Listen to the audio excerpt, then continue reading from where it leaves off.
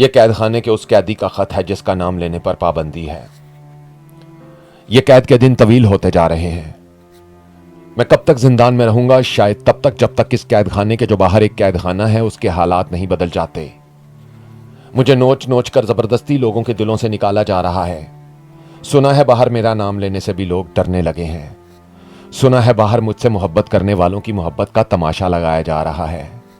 ये कैद के दिन तवील होते जा रहे हैं। मैं कब तक जिंदान में रहूंगा? शायद तब तक जब तक इस कैद खाने के जो बाहर एक कैद खाना है उसके हालात नहीं बदल जाते, और या फिर जब तक मेरी जुबान को गूंगा नहीं कर दिया जाता। क्या यह मेरी कई बरसों की मेहनत का इख्तिताम है या फिर एक नया आगाज? क्या इस नए आगाज में मेरा भी कुछ हिस्सा होगा या फिर नए लोग मेरा नाम लेकर अगली बार इन जेलों में लाए जाएंगे?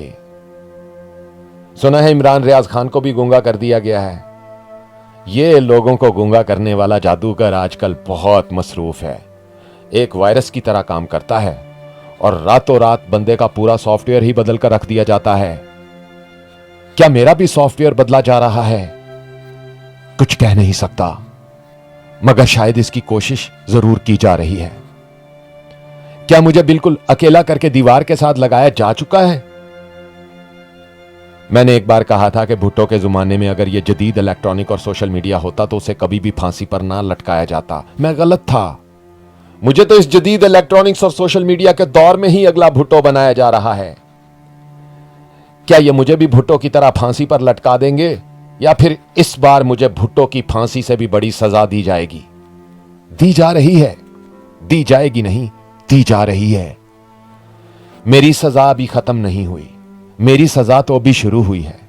मुझ पर सजा के कुछ नए तरीके आजमाए जा रहे हैं। मुझे मेरी ही आंखों के सामने मौत के घाट उतारा जा रहा है। ये कैद के दिन जूं जूं तवालत पकड़ रहे हैं, कुछ भी हो सकता है। एक कैद खाने में कैदी के साथ कुछ भी हो सकता है। कभी कभी बाहर आजाद घूमने वालों की कैद से मुझे अपनी कैद बेहतर लगती है। मेरा तो बार बार कैदी नंबर भी बदलता रहता है। जो कुछ मुझे याद है वो सब कुछ मुझे भुलाया जा रहा है।